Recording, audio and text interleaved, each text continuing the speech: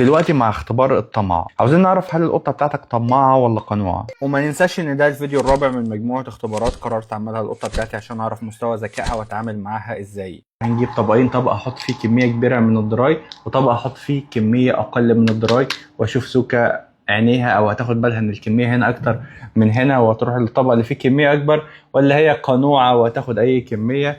يلا بينا. هبدأ بس كده نوريها الطبقين واحط قدامهم. استني واشوف هي هتختار انهي كمية. هسيبها كده ايه، راحت الكمية الكبيرة. مش عارف اذا كان ده عشان هي كبيرة ولا عشان هو قريب منها. انا عكست الطبقين اشوف هتروح لانهي كمية.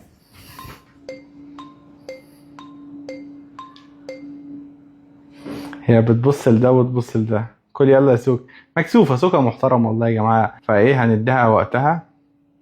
كل يلا يا سوك.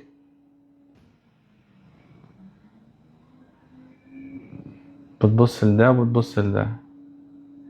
ما كنتش اتوقع انها بالذكاء ده. هي في الاول عرفت الطبق اللي فيه كميه اكبر ومع ذلك رفضت تاكل من الاتنين، ولما قررت ابعد عنها خالص عشان اديها الامان فما رضيتش تاكل منه برضه. ومحدش يقول لي هي اكيد شبعانه عشان دي مش سوكا خالص. انا عارف ان هي محترمه وبتخاف ان هي مثلا ايه، خايفه ان هي تكون بتعمل حاجه غلط. لو جربت الاختبار ده مع القطه بتاعتك وما نجحتش فيه فما تظلمهاش قوي. ودي الموضوع يعني له اكتر بان هي مش هتفرق ما بين ده اكل كتير ولا اكل صغير، طالما الاتنين قدامها فهي هتاكل ده او هتاكل من ده، او لما تاكل من ده تخلص من ده. تفتكر بقى القطه بتاعتك هتعمل ايه قدام الاختبار ده؟